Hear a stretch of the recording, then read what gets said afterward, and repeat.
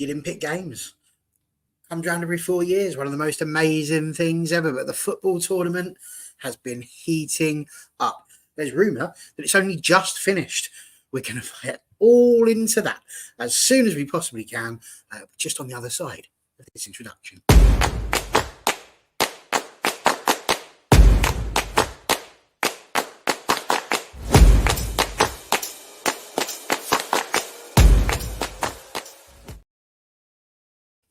Hello and welcome back to All For Women's Football.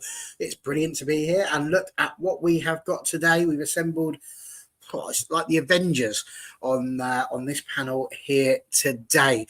The first Avenger that we've got over there is Quickman, just to the side of me just here. It's very rare actually having you sort of just sat in the middle there. It's quite nice. But how are you getting on, Connor? Lovely to have you back on the show. Everything all right with you? Yeah, it's all good. Olympics is on. It's been busy in the world of women's football, on and off the pitch, to be honest. Obviously, we're in transfer season and lots of things going on as well. So, no, it's good. Excellent. As you can see, rivaling Connor, if we were doing this as in the Olympics with diving, Connor would probably be 8s and 8.5s, but Mia's tried to raise it to an 8.5 and a 9. How are you getting on over there, Mia? Yeah, I'm good. I promise it is me. I've been told already I look like a teenage boy by my mother, so that's that's fun. But yes, I'm okay, thank you. I haven't watched as much Olympics as I'd like to, which is a shame. I just keep forgetting about it, to be fair. But I am obsessed with the canoe slalom and the kayak stuff. That's just insane. But yeah. Good fun. You're not kidding. That is a mad race. Absolutely mad. But great fun. I just love the fact they get dropped off of a hill, basically. Just boom, in you go. Love that. Way to start a game. Just try that with the football. Forget them running out of a tunnel. Just drop them down off the goals. Be amazing. Over there in the corner, we've got Sean, who is rivaling me for hair, I suppose, if we had to go between the four of us there. But how are you getting on, young sir? Don't quite know how to take that comment, but I'm delightful. Thank you, Barry. Hope you are well. Hope everyone else is well as well. Really happy to be here. Excellent to have you as well. And we have a legend in the bottom corner just here. Brilliant to have you with us, Mariam, from all the way over there in Canada. How are you getting on? Everything okay with you? I am great. Very happy to be here. I was in Detroit over the weekend, so a little bit of time in Michigan, and now I'm back home. So pretty good. Lovely. And home is where we like to be. And we're going to kick off with what has been just an unbelievable Olympic session so far when it comes to the football. We're going to talk about lots of things. We're going to talk about who's going to get the gold. We're going to talk about players of the tournament and all that sort of thing. But I think we need to go retrospective to begin with and just take a little look over the tournament as it has gone so far. So taking away the off the pitch controversy that's happened, which we will get to next. Connor, what have you made of the tournament, the Olympics so far? Because I feel that the group stages were very entertaining, lots going on there, but that quarter-final day was a slog. They had it booked in for every 2 hours and not a single game started once the other one had finished. There was extra time in almost all of the games. It was like War and Peace or Dr. Zhivago, if anyone can remember that film from years ago. It was just an epic. What have you made of it so far, Connor? Yeah, it's been interesting. I think me and Miriam spoke about this pre-tournament that obviously Olympics is a lot different to any other tournament, the Euros or the World Cup, because the games are so close together. So and the squads are obviously a lot smaller as well. So I don't think the quality has been as good, but I think that's purely just because of how condensed the games are. You're playing every couple of days. So I don't think the quality has been as good as maybe people expected. I think there's been a couple of underwhelming teams. It made me laugh, actually, going into the quarterfinals. I was talking about Colombia being one of the most underwhelming teams, and then they put up such a good fight against Spain. I thought, well, that shut me up, innit? So, but obviously didn't hang on to that one. But yeah, I think it's... I don't want to be negative from the start, but I'm a little bit worried. I think there's going to be a bit of a World Cup, an Olympics hangover for some players going into next season. I think we're going to see a lot of these players start their league campaign in Europe next season quite poor, as we saw kind of off the back of the World Cup and the Euros a little bit, because they're just playing so many games. Obviously, still 2 games left for some of these teams as well. It's been good. It's been entertaining for sure. I don't think the quality has necessarily matched entertainment, but it's certainly been entertaining. I know we're going to talk about extra time a bit later on, and obviously you referenced the quarterfinals. I think it went pretty much as expected. The teams that are in the quarterfinals were kind of how I expected. I'll be intrigued to go and watch the show that me and Miriam did pre-tournament, see if that is the quarterfinals we went for. Definitely some that we definitely said Japan, USA, and I'm sure we said Canada, Germany. I don't know about the other two, so I have to double check those. But yeah, so it's gone pretty much as expected, but it's been entertaining. I can't disagree with any of that. I don't think really, Connor.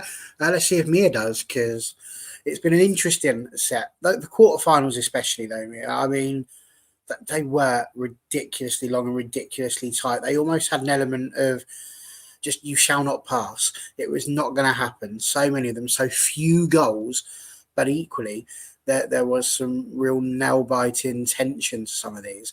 Not to mention the fact, of course, that Ann-Katrin Berger not only had to save the penalties, but scored one of the ones to put Germany through. What have you made of the tournament thus far? Yeah, it's interesting because when I think Olympic football is so weird. I just think the concept of it is so strange, but there's also a part in my brain that has to remember that there's actually 3 prizes here. There's not a team that wins. There is a team that wins, but there's something on the line for 3 teams. So everyone, as much as everyone, like if it was a Euros or a World Cup or wherever we're at, you have a winner. You have one winner, and then you get a silver medal. To get a bronze medal as well, I feel like it means a little bit.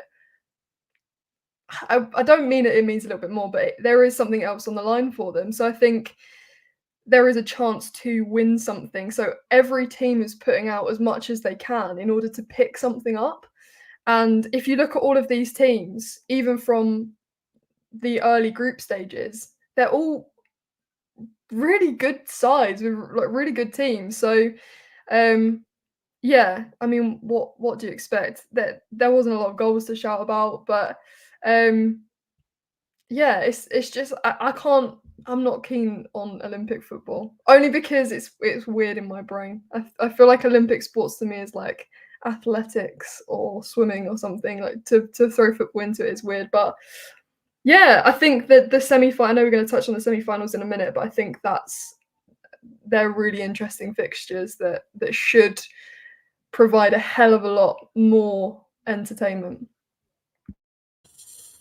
Absolutely, I think I'd agree with the bit you put at the end. Certainly, I love the Olympics. Absolutely massive fan of everything. It's the only time in 4 years where I will sit there and happily watch things like diving, gymnastics, and even the little horse dancing of the dressage.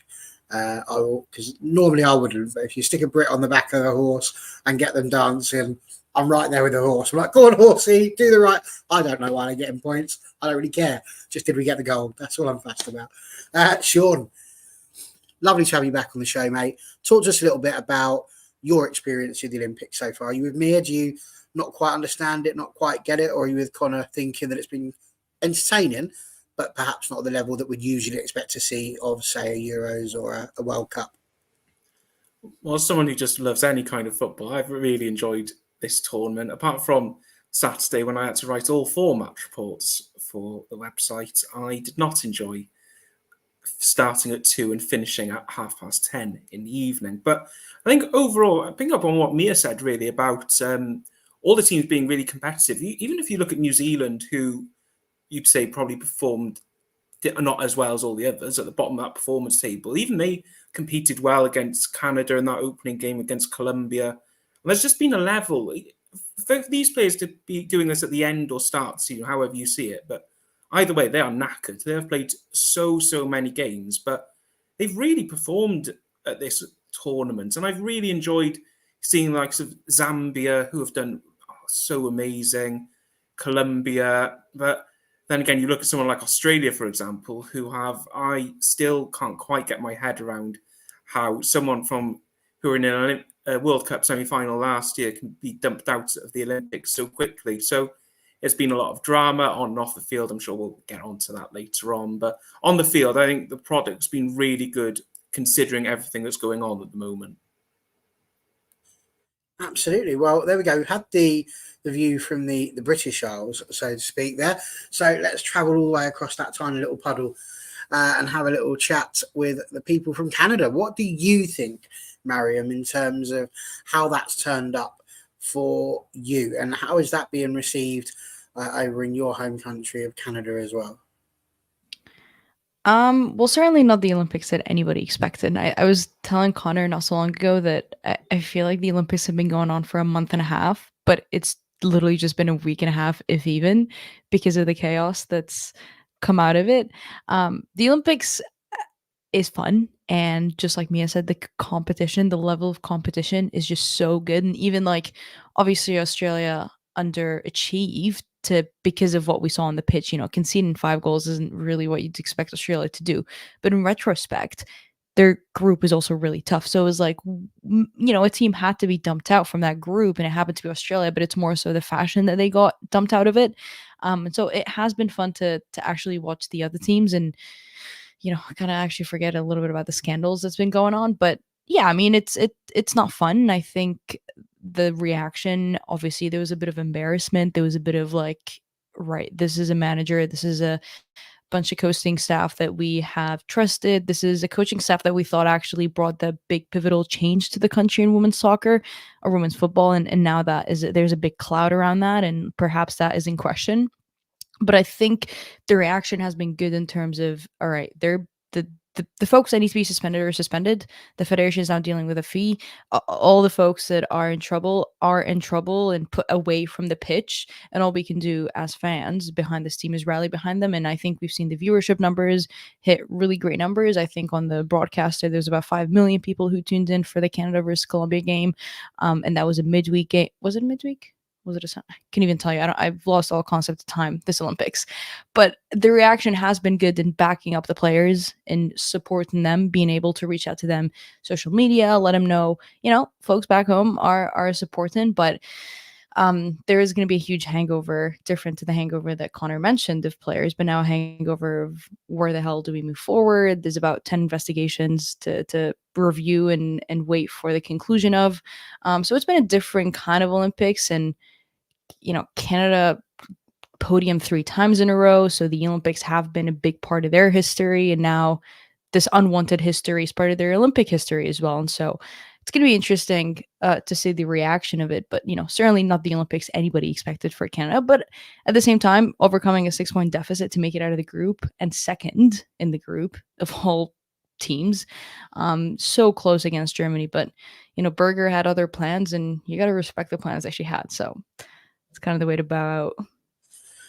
I mean, I was going to get you to kick off this next part of it, really, because it would be remiss of us not to talk about Canada, and there is nobody better placed to talk about everything that's gone on than yourself, because you're there, you're right in the midst of it all, and you see what's happening day to day.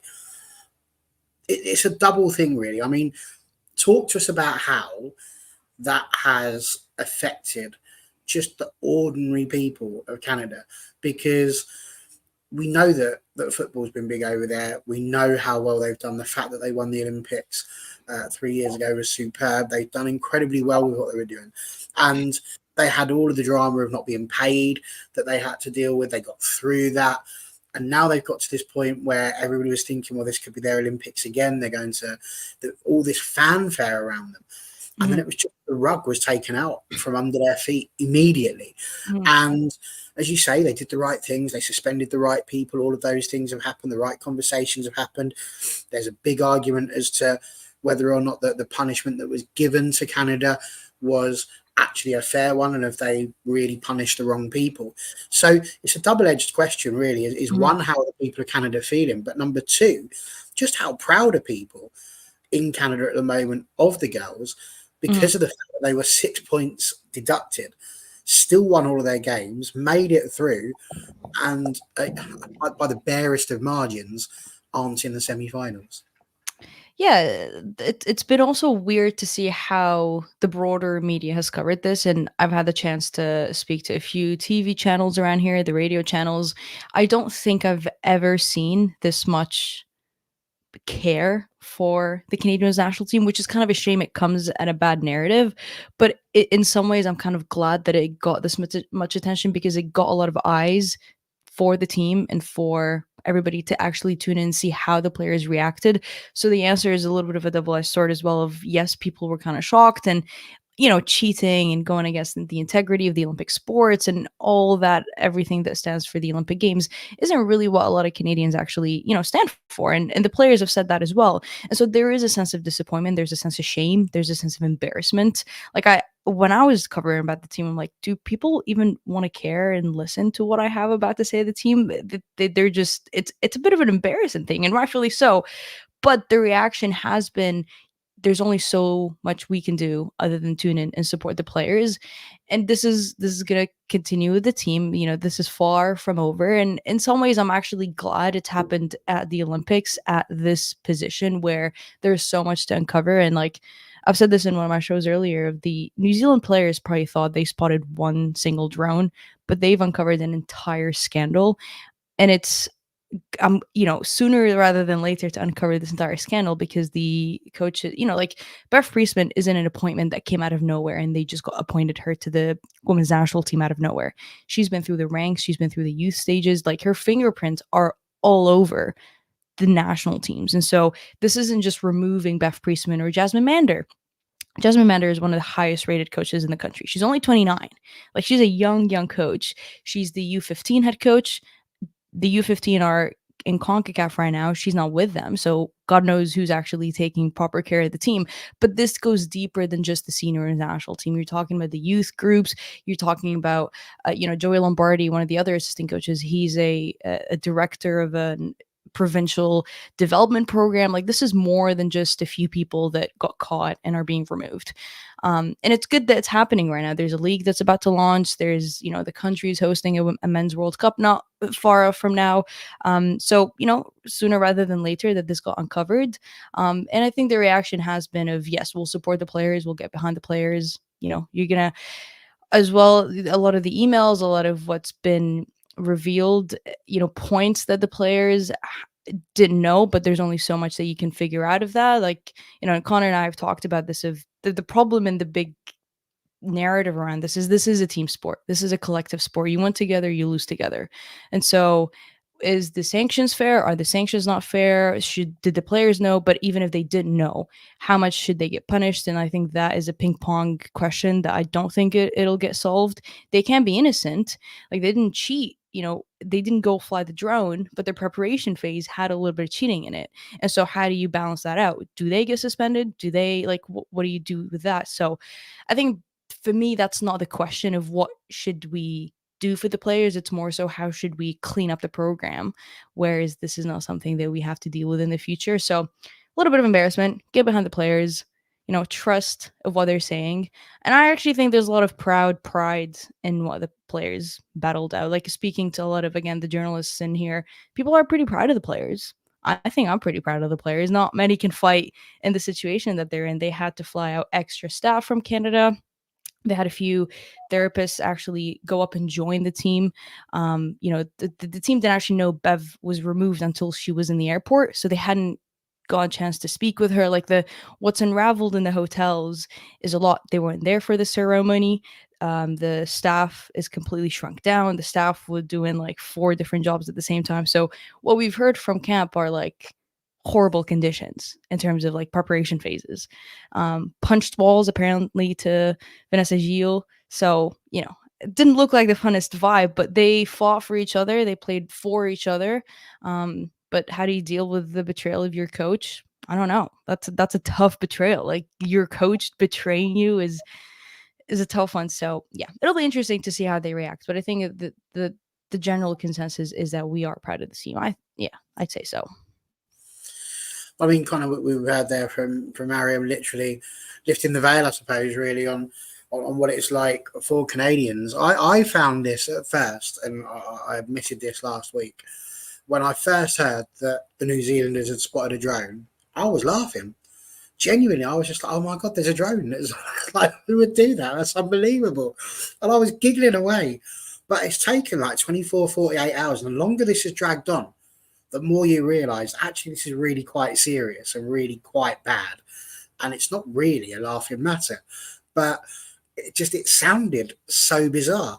Hearing what Mariam's just said there, though, it's unbelievable, really, isn't it? That all of those things have happened, all the negativity that surrounded them, and they still managed to make the quarterfinals, and arguably could have been in the semi-finals, ready to defend their crown. When Mariam talked about can they bounce back and deal with the betrayal of their coach, I mean, I think they're showing they've got the mental capacity to be able to do that. Are they not?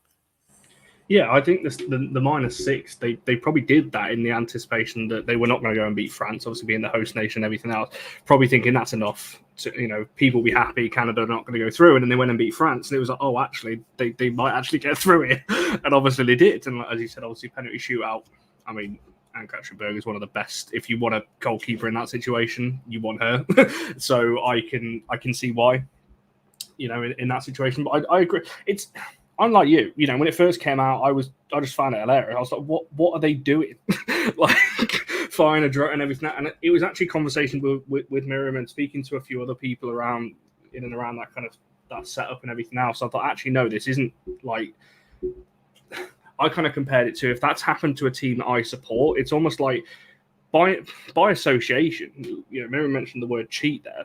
I mentioned you spoke about the gold medal at the last Olympic Games. Just by association, people then look at that and go, oh, well, they must have cheated there as well. There's no evidence really of all of this kind of thing. There's obviously a big investigation to come, but you just put those two words together, gold medal, cheat. Well, there you go. They cheated in the last one. And that, in the eyes of fans online, and this is not really what we should measure things on, but I think there's always now going to be an asterisk next to that, which there shouldn't be, because that takes away from the player success and everything else. And if I really wanted Canada to go on and win this one, because I think it would have been so funny after getting a -6 and everything else going on around it. But can you imagine if they did? The rest of the world would be like, no, doesn't count, cheated, everything that, because that's the narrative at the moment that's going around. So, like I said, there's a lot still to come out. I think let's let the investigation do its thing and everything else. But it is sad, and I think it affects people like Miriam, like people that report on Canada, that follow the team, and the players as well. I think they've got great mentality in what they've done just to block that out. As I said at the start, especially because the games are so close together, it's not like they've got time to be fair, that might have helped them actually, the fact that there wasn't enough time to think about it and everything else. It was like, right, next game, get on with it and just keep pushing through. It might then hit them now. They're out and they've got a bit of time to think about it. So yeah, fair play to them. Like I said, no one thought they were, me included. I tweeted when, from a Manchester United point of view, as soon as that 6-point thing, I was like, right, get Jade home. Like, they're out now. There's not worth the risk. Obviously, she didn't end up playing anyway, but fair play to them. I did not expect him to go on and beat France and obviously get through the group. But yeah, it's going to be a long. I was literally saying to him about an hour ago. I worry now because I feel like the next few months, I worry that this could get quite messy in the investigation and loads of legal things going on. And I don't know. I worry that I feel that there's a bit to come out here, but we'll have to see what happens. We certainly will. Sean, I just want to pop to you on this one because I know that you've watched a fair bit of it as well. With Canada, the thing that I noticed with every goal was just the raw release of emotion that you could see every time they did something that was clearly defying the odds. You look at Vanessa Gillies when she scored in deep into injury time. These things were just absolutely unbelievable. It meant a lot to these players to still manage to battle back, didn't it? What have you made of this whole situation? Well, I think there is a perception that if you're living outside of Canada, your first thing is, well, that's quite funny. Oh my God. And then the next day, I thought, that's even more hilarious. And then the next day, oh my God, this is quite serious. And you know me, I'll try and link things back to Wales as much as I can. And the Welsh manager is currently Rhian Wilkinson. This is someone who has 183 caps for Canada, managing the Canadian youth system, has an Olympic medal.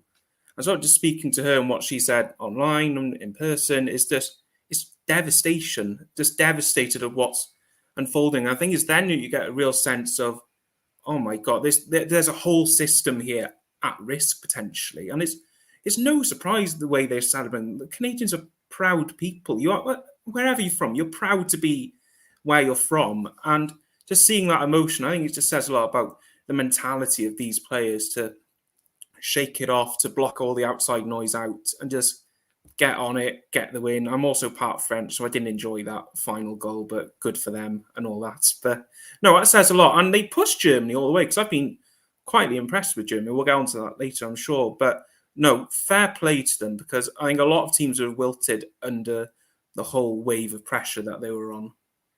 Can I just quickly add, the Vanessa Gilles actually represented France at the youth level before representing Canada. And so her goal was like a big puncture to the French fan base, on top of the fact that she plays her club football in France. So for her to do that was just insane. Like, she could have been wearing a French jersey if Canada didn't decide to pick her up. Like, that, the storyline, you just could not write it. I like that, and there's a little tear that's just come out of Sean's eye there a little bit as well. So, yeah, fair play there. Mia, we spoke a little bit about this last week, but from you, has your thoughts or opinions changed much in that week since? Not really. I think it's a really, I mean, state the obvious, weird saga. I am really, really disappointed in Bev Priestman. I think that's something that I've felt really strongly about, because she was part of the England setup for a considerable amount of time alongside Phil Neville. And, you know, an English person, I guess, a bit of association in that regard, but also just like what she's done, and how she's impacted the team. And it does naturally, as much as you don't want it to, naturally you think, how long has this happened for? How long has she been doing this for? Which is, you know, it's a really complex thing that we're just going to have to wait and see what happens and what the results are for that. But yeah, I think I said last week, and I was a little bit harsh on Canada, because me and Jess both agreed that as players, we're not sure how you wouldn't know that there was cheating going on, or like those drones being flown. But I think as the weeks progressed, and as I've seen them and the emotion and how much it means to them to succeed, I don't think that's the case. And my opinions have changed on that specifically. And I feel like I do need to clarify that, because me and Jess were quite hot on that last week. And again, we don't know that for certain, but it does feel like that's not really the case. I also think that the 6 points were really harsh. We said that again last week. I think if this had happened the last group game, or, you know, the quarterfinals, I think it'd be a different situation. But the fact that it was the very first game, they removed the people that they needed to remove, and, you know, look what they've gone on to do. I think 6 points was harsh. It's Canada, absolutely, you know, fair play for doing what they did to get to that point, to the point that they did. And as Connor said, I'd have really liked to see them win the lot, because I feel like there would be a global meltdown if that would be the case, for no reason, because you remove, if people think there was cheating, which there obviously was a degree of cheating, to then lose your manager. As Miriam said, I had no idea that was the case with Bev Priestman, and they didn't know about her departure until she was gone. That's a lot to deal with. That's so much to deal with, and you can just tell how professional these players are. And yeah, to get to where they did is you just have to applaud it. You do. And I will still sit here and maintain, for the Olympics, it must have been quite tricky for them as well. They've seen all this going on and that, to wonder what it was they were going to do, what punishments they were going to hand out.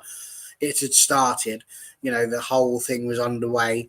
And I still just find it bizarre. They just went, what should we do? Let's just call it 6 points, shall we? Because it just about gives them enough chance to possibly still progress, whilst not kicking them out of the competition and completely ruining everything they've got planned. So, yeah, that was a very, very, very weird situation to be in. But we went through it. It happened. We had the quarterfinals. We've discussed a few of those, but we're going to go into it just slightly deeper. some amazing semi-finals coming up, as has already been mentioned there by Mia. We've got obviously the USA facing Germany, and then Brazil against Spain, which has already happened. So therefore, that's going to be quite interesting, seeing how that goes. Sean, let's kick off with you on this one. So the USA sneaked past Japan 1-0, which was quite something in its own little right. Of course, Germany 0-0 with Canada, and then just like the world's most amazing penalty shootout, really, with Ann-Katrin Berger just hulking up and deciding that she was going to drag Germany across the finish line. What do you think of this USA and Germany match? Because looking at the two teams, Germany have got an average possession at the moment of around about 50%. They've sort of had a reasonable amount of the ball, 56 shots in all of their games so far, but only 16 of those on target. It's not been potentially the best that they've ever done. Whereas the USA have dominated possession in every game they've played so far. They're on an average of 66.5%, 75 shots, of which 29 have been on target. They've just been, for me, the standout side, I think, in this Olympics. Do you see the USA getting past Germany? I kind of disagree with what you say. I think these are the two best teams in the tournament by a country mile, if you ask me. I think the way that USA are set up with that front three is spectacular. But what I'm kind of interested in is the way that Japan set up against the USA, sort of a Kamatas approach, see how you do. They didn't do well. And I think Germany can look at that and think, okay, we can kind of do this. And with Germany, I've been thoroughly impressed because I thought they could have come third in that group because it was less than a year ago. I was in Swansea. Wales got a 0-0 draw against Germany. And I mean, if we're getting a draw against Germany, then you kind of know, well, you know what, this isn't a great side. Especially with Oberdorf not in the midfield. I thought, well, that's it. But I've been really impressed with how the Germans have linked up. I think on the wings in particular, you've got Julia Gavin has been really good. You've got Brand, you've got Clara Bull, you've had who was on the left? It's Rausch now on the left. And everyone's just sort of knows their roles, doing it really well. Minga coming into that midfield, filling that void where Oberdorf has gone. I think she's done really well. And you've got Nusken next to her. And this is just a German team that's full of talent. And then you go back to the group stage game and see how the US dismantled Germany. And now you're thinking, right, what have Germany learned? I think this is more about Germany than it is about USA, because USA will go into this as favourites regardless. You look at their firepower, they think, oh, they've got enough. But what have Germany learned since that defeat, I think, will be the key to this game. I'm very intrigued, and you're allowed to disagree with me, Sean. It's absolutely fair. But I'm going to throw a question over to Connor now, and then you'll see why it is that I disagreed with you. Because Brazil are going to play Spain, Connor, and that match has already happened. Now, if it happens again in a similar sort of fashion, Brazil really weren't very good in that game. They only had 4 shots in the entire match, whereas Spain had 24. I would argue the second best side in this Olympic Games has been Spain. That was my personal thoughts and opinions, but of course, opinions may vary. It's allowed. What do you think this Brazil-Spain is going to be like? Because Marta is obviously red carded. She's suspended still, so she's not going to be able to play in that one. It's a massive story. Is the last remaining memory of Marta in women's football going to be a rather poor challenge at a very high height? Is it going to be Zidane-esque in that respect? Or is it all set up for Marta to be returning and scoring the winning goal in the Olympic final? I don't see Brazil winning. I'm actually surprised Brazil are still in this tournament, because watching them through the group stage, I was like, for me, and this is just how knockout football works and the way the tournament's set up in terms of the third place and everything else. I look at Brazil and I think, how on earth have they got further than the likes of Canada and all that kind of thing? That's just the way the groups fall in these kind of in the draw falls. But I've not been impressed with them at all. I don't think they look anywhere near what their best is. Obviously, you mentioned Marcel was going to be out as well. has she hit the masses heights that obviously that we've known in the past? She's never going to do, obviously, with her age and so on in terms of her peak prime, but I think that's more of a story than our actual what we're seeing on the pitch and so on at the moment. I just don't think they look great. I would expect Spain to make pretty well. To be fair, I said that against Colombia, and look what happened there. So you never know in knockout football, but I agree. I think Spain have just done what Spain do, and this is why I said at the start, I don't think the quality has been at the level. We know how good Spain are, right? For me, I think if it's a Spain-US final, that's probably right in terms of I think they are the best two teams in this. But I don't think Spain either are playing at the best of their ability. They probably know that they've got to pace themselves a little bit to get to the final, because if it is a likely match against the US, you are going to need a bit more of that energy as well to go that one extra game. So I don't think any team has looked amazing for that reason, because they're kind of holding themselves maybe a little bit. Obviously, extra times won't have helped. I know that's a topic of conversation. So yeah, I would expect Spain to do it. Spain were obviously my picks at the start. That's not a surprise. That's not me if Spain win going. I told you Spain win, because that's literally the easy pick of the group of everyone. Obviously, they've just won the World Cup, so it's pretty obvious. It's pretty easy to say that they were going to go on and win it. But I think someone made a point in our chat when we did the preview show for the Olympics that no one has ever done the World Cup Olympics back to back. So they would be the first to go on and do that, I believe, unless someone can fact check that and correct me, but I'm pretty sure they would be the first ever team to do that. So I think they will get past Brazil. I think this will be a bit more of a bigger scoreline than we saw in the quarterfinals, and I think it'll be probably similar to what we saw in the group, to be honest. Yeah, I think you could be right. There's somebody in the comments, I think it was TJ there, just saying, but Spain almost lost to Colombia. Well, I mean, Germany almost lost to Canada. Like, that was the whole point of the quarterfinal. It was like they were so close. It was mad. Miriam, you've got both games you can talk about, either or. Really, you can choose from there. We've introduced them both. How do you see these semi-finals going, and where do you see the final being competed between? Yeah, no, it's going to be fun. And again, it's odd that we're seeing group matchups here again in the semifinal. I think for me, when I look at that Germany US game, it could be absolute fireworks for 90 minutes, but it could be the most boring 120 minutes that we get, because both teams went to extra time. Both teams have not rotated well, and I think that was very clear in the quarterfinals. If they just, like, I think for me, the US had their worst half, that first half. It was just like, what are you doing? That midfield was so disjointed. Lindsey Horan for me was on a completely different page than while the rest of the players were. Granted, they had some injuries with Tierna Davidson being out and not included, so they shuffled around with Emily Sonnet in the back and Corbin Abbott starting, but the teams just look tired, and then they went 120, and then they're gonna just once again had like a day and a half of rest, traveled, trained, and are gonna go in for a semifinal. So I want to say I would hope for some rotation, just so that we can actually get a high level game.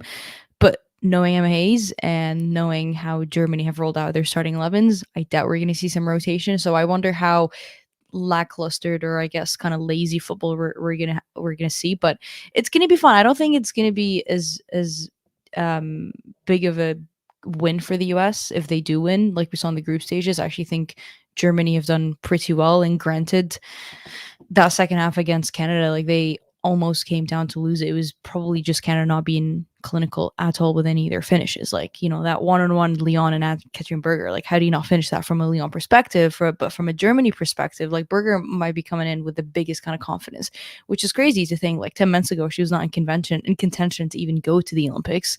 And now look what she's doing. Like, the whole narrative is around her. So I'm intrigued to see how that game plays out. And I don't think it's going to be as close as we have seen the US make. Their other wins is a very comfortable win.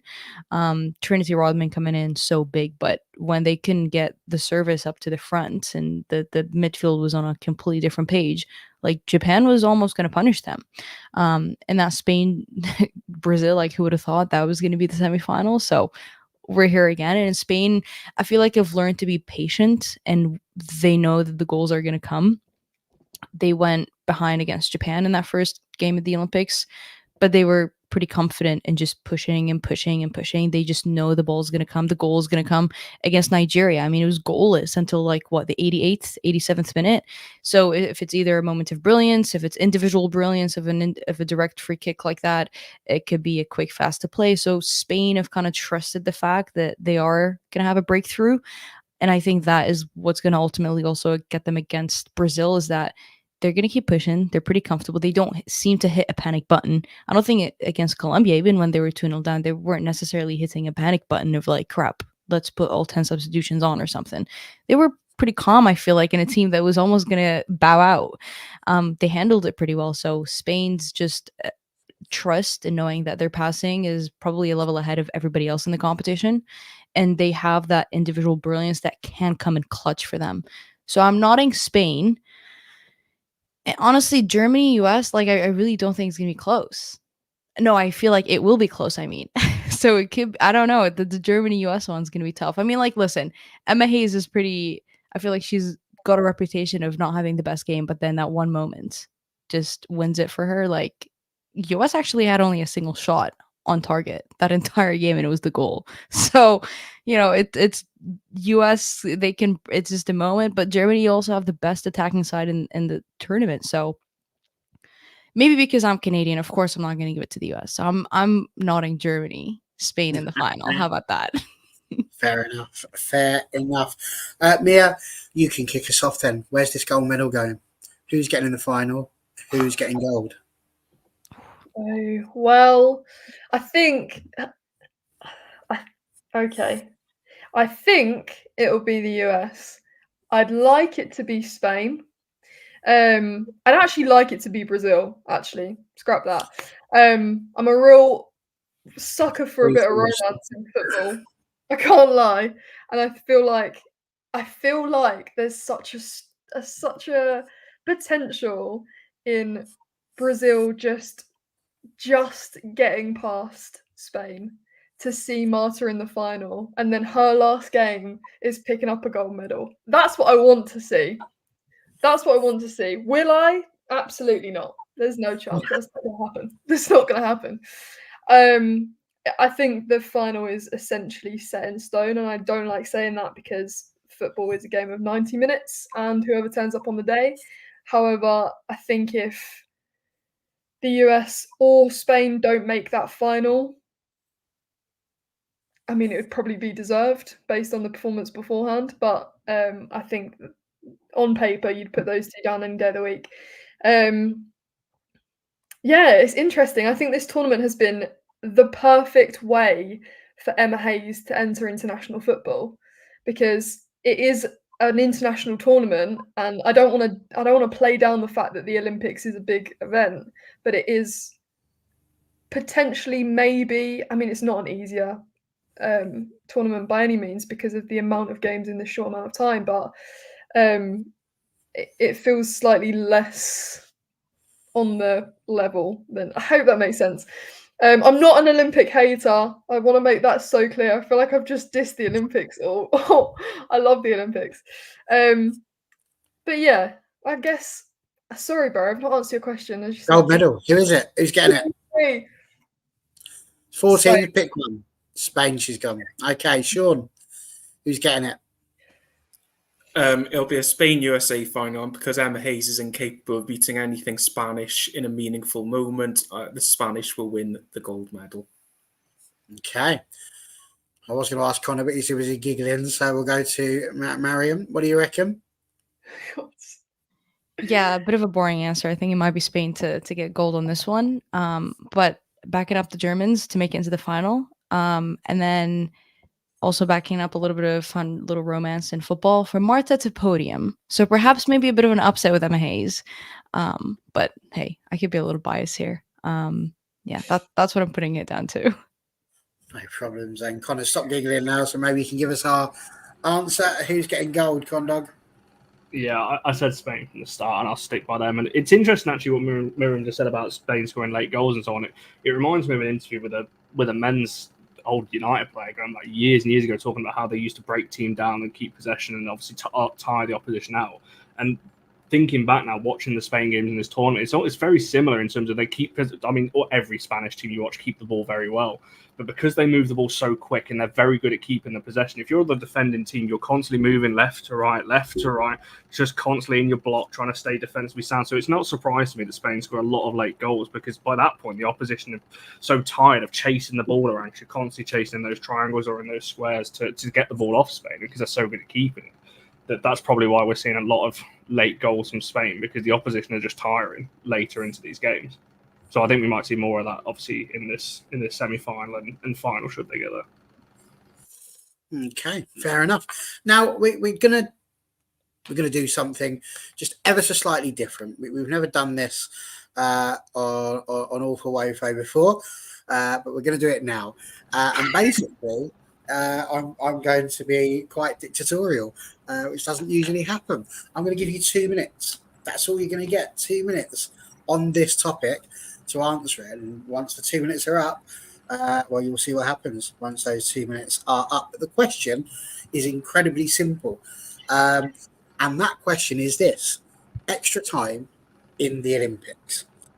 Have we, now that we've watched this properly, now that we've seen so many games in a short amount of time, every 3 days, having to play a game, do you think that extra time is now something that should be got rid of? Is that something that needs to be out of the Olympics, not out of every game? We're not getting rid of it in the FA Cup final or anything like that, but just within the Olympics. When you consider it's in the middle of seasons, it's not the best of places for it to happen. You just mentioned, Connor, a hangover potentially for players as they go back to their domestic clubs. So, are we in a situation where we think extra time is no more? Connor, I'm going to let you start. 2 minutes, off you go. I don't think I need 2 minutes for this. With the roster, I've done it again. Roster. I'm slightly turning for America. With the squad lists are as small as they are, absolutely not. They should not be extra time in these games. If they up the squad lists to a bigger number, yes, you can maybe still allow them in there. To be honest, in the Olympics, I would just scrap it full stop and just go straight to a shootout. That's a bit unfair because obviously you don't really like losing on a penalty shootout, but I think the squads are just far too small and the games are too close together to have extra time in these games. Very good, well done. You set yourself a new world record, 39 seconds gone. We'll see if anyone can beat that. It's very nice. But it's interesting you mentioned that, because I was watching the tennis in the Olympics and it really annoyed me because it's over 3 sets, that's all. I can live with that, that's not a problem. But there I was merrily watching the singles, or the doubles, sorry, and it went 1 set all, and I'm thinking, oh, I'll set in for the third set, shall I? Hang on a minute, 1-0, what's that all about? And they were doing a 10-point set. So you just had to get 10 points. It could have been 10-8 or 10-7. I'm like, where's 15 love gone? What's happened? How is it that tennis has all of a sudden learned to count properly? What's going on? So when it got to the singles match, I'm expecting the same thing. And then that didn't happen. That just was actually a deciding third set. It was very strange. So you mentioned about how it may not be fair, but actually the Olympics is already doing that. It's taking a format that already exists and actually cutting it down for time purposes so they can get more games in and do all of that. So a reasonable sort of point. Mia, we'll let you go next then. So 2 minutes, extra time, yay or nay? No, there should be no extra time. You have 90 minutes. I feel like that's a long time to win a game. If you can't do it in 90 minutes, why not do penalty kicks? By that point in time, you've had enough time to try and score a goal or to try and win a game. I completely agree with Connor. I think the Olympics is so high pressure and high intensity, and you have such a small squad. You're asking for injuries, and especially when we're looking at women's football and all the injuries that have been picked up, I think to add another 30 on to a 90 and then penalty kicks, and then you have 2 days to get over it and then potentially go again. That's so intense. It's crazy. There's no need for it. There's no need for it in Olympic football. It's different with World Cups. It's different with other tournaments because you have a considerable amount of time to recover and rest and look after your body properly. But there is no need for this here. Thank you. Very nice, well done. 1 minute 10, bit longer than Connor, but very good. Sure. Extra time for you. What do you reckon? Is it time to get rid of it, or is it a sacred institution that should be maintained? Just ban it everywhere. Like as soon as the game enters extra time, you're all waiting for penalties anyway. That's the exciting bit. Can you name me a memorable extra time? No. Can you name me a memorable penalty shootout? Yes. Just get the boring bit out of the way. Get the boring half an hour out of the way. Get straight into penalties. Let's get excitement.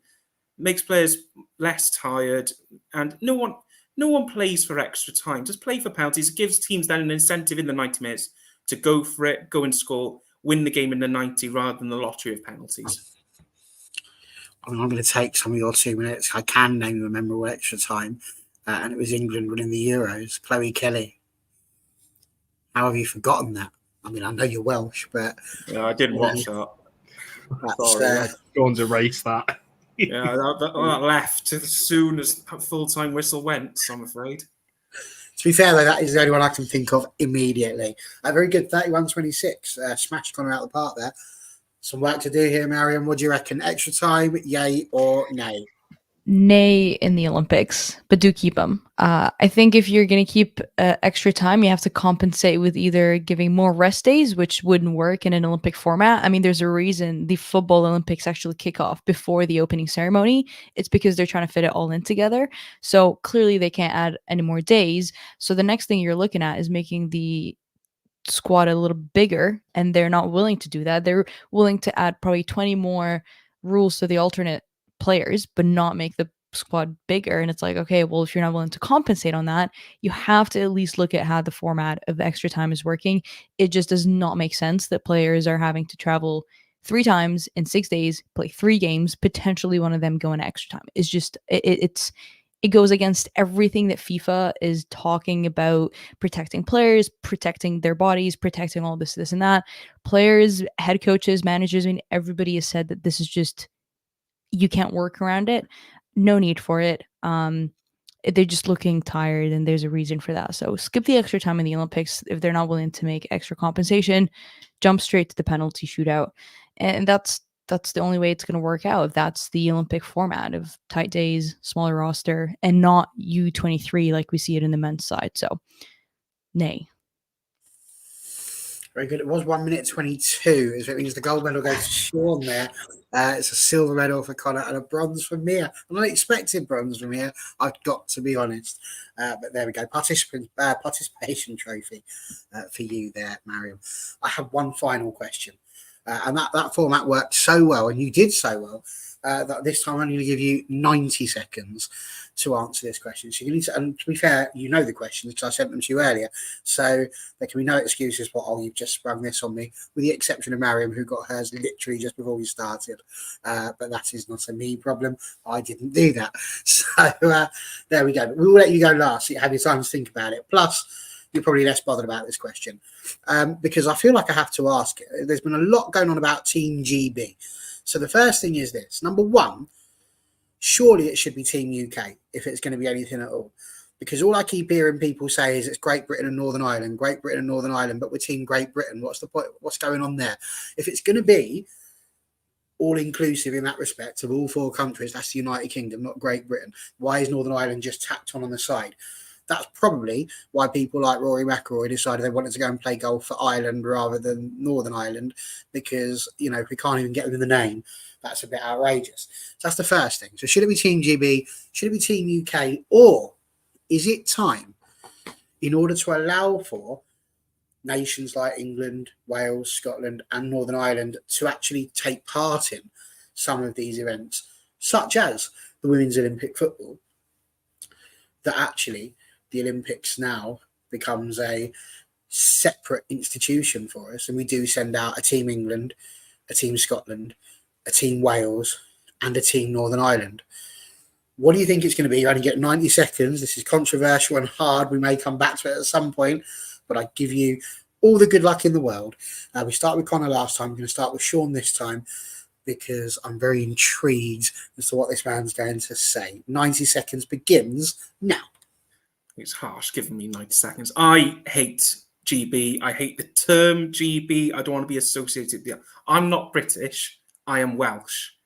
British culture is essentially English culture. So when you say Team GB, let's be realistic, it's about England.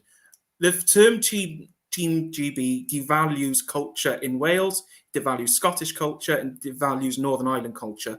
You look at South American countries, they hate the fact that England, Scotland, Wales, and Northern Ireland all have teams. They think Team GB should be competing at World Cups, in European Championships, because we're taking away spaces, essentially, is what they're saying. So I hate it. I absolutely hate Team GB. It should never be a thing. You look at, Team GB would depend on England beating Scotland to get through. Some of the Scottish players would have wanted to win, beating them, and be like, no Team GB, absolutely fine with that. It should be Wales, England, Scotland competing individually. You look at Monaco are competing in these Olympics. Monaco. Of course Wales should. Of course England should. Of course Scotland should. They should all be separate. Team GB, absolute no, should never be a thing. I was hoping you were going to go past the minute 30. I've got to be honest, because that was iconic and very interesting. Of course, there is always the possibility as well that Team GB could become the actual country now, and that rather than having England, Scotland, Wales, and Northern Ireland in their own separate one, we just have a great rare one. Mia, what would you think about that? Team GB, Team UK, or is it time to devolve sport as well? Go. Yeah, I agree with Sean, but more because I don't want the English to be associated with the Welsh. And no, listen, I think it's fair. I think in terms of women's football, when England didn't qualify, that meant none of the other home nations could play. That's absolutely not on. That shouldn't be the case. So I think it is time we split them up. Let everyone have their own identity, like Sean said. To put us all in one pile is not okay. I don't really have a lot to say on this, so I'm gonna lose this by a landslide. So I'm gonna waffle a little bit. Scotland are fun. Scotland are good at stuff sometimes. Hey Connor. England are really good at things, so we'll be absolutely fine on the old medal table. Have no doubt about that. So yeah, I guess split them up, Barry. How many seconds am I on? I think just because you've got 90 doesn't mean you've got to use 90. You're like me with a £10 note. Just because I've got 10 doesn't mean I've got to spend 10. But I will because it's there. Minute 8. Well done. Connor, now we know that you're a proud Englishman who parades himself as a proud Scotsman, whilst also being friends with the Welsh. We know that. You're the man of the people. It's all good. So talk to us about this. Team GB, Team UK, or not? I don't know if I should open with this, but I've got to be on. And someone's just messed me while we're on here as well. Did Team UK? I don't know if I should say it's not, but screw it. I'm going to say it anyway. Team UK sounds like a really dodgy political party that we should not be getting anywhere near.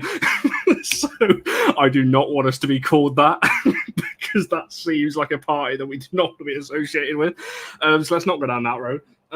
No, I agree. I think it should be split. I don't think it's fair that Scotland, Wales, Northern Ireland didn't have the chance to compete all because of England. Now, don't get me wrong, England are definitely the better footballing side, I think, when you look at it on that point of view.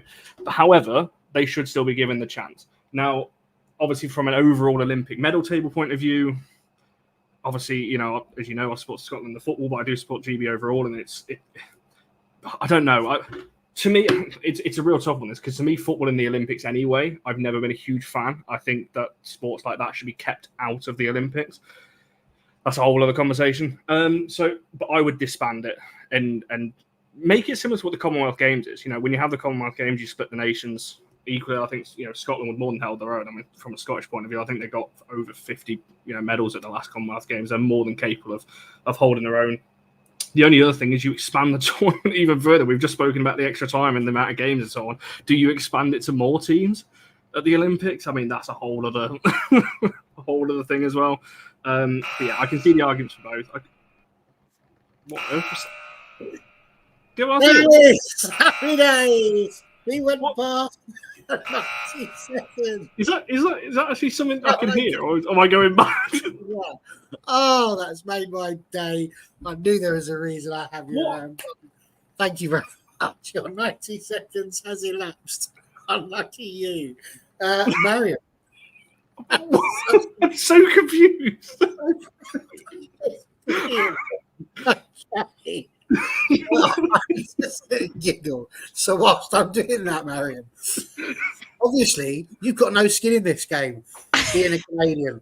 But Sean's already mentioned about how the South Americans, I don't know why he particularly chose them, but they're apparently not very happy that we do this. What about you? Are you Team UK? Do you think that actually individual countries should have that opportunity to play themselves? I feel like I'm intruding on a conversation here that I shouldn't have an opinion on because I feel like there's so much history behind it. Like speaking of what I know of this whole England had to beat Scotland to qualify, but then the Scotland it just that whole situation shouldn't even exist.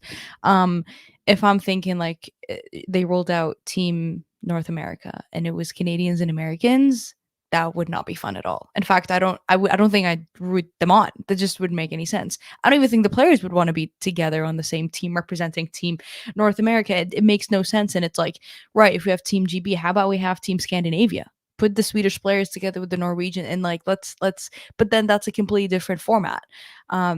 This whole Team GB to me makes no sense that you're combining so many of these players that have their own nation that they represent. They have their own national team kit that they wear and proudly represent to now be all put together, and their achievements are kind of like pushed in together rather than separately. Makes no sense to me, but I don't know. I don't have as much knowledge as you folks. So this has been quite knowledgeable for me. But yeah, Team North America would be a nightmare. So I can imagine like Team GP being like, who would you even support?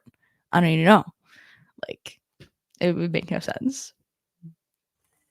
Very good. Well done. 1 minute 20. No buzzer for you. So just kind of got buzzed. But there we go. Listen, I had a great time. I will just have to point out that obviously there's going to be a lot of talk about that, and there's just ridiculousness going on across this country at the moment. And in no way is this intended to be divisive. But it's a really important point for me, because I do think that when you've got Great Britain and Northern Ireland, and then just the Northern Ireland is just missed out, I think that's really harsh. Like, Great Britain is England, Scotland, and Wales. That's why they're called Great Britain. Northern Ireland are in the United Kingdom. And so politically, if I was part of Northern Ireland, I would be very, very, very, very annoyed. But there we go. So just needed to point that one out on the political status, that Sean took us down immediately with that one. So we started United. We're very divided at the moment, but listen, it's been a time. I've really enjoyed it. Mariam, thank you so much for joining us. And I understand you've got to spend more time with Connor, so good luck with that. But enjoy that. And if you can find a buzzer to throw it in, please do, because that has made my. I'm going to go back and watch that. I was that excited. I'm going to forget the 800 meters now. Just need to go and watch that back. It was quite something. But thank you, Mariam, for joining us. Sean, Mia, Connor as well. Lovely to have you guys there. Thank you, everyone, as well, who has been watching. If you haven't already, please do like and subscribe. It does help the channel. We are very much looking forward to seeing you again next week. But until then, I just forgot where the button is because I was too busy playing around with the buzzer. There it is. We'll see you next week.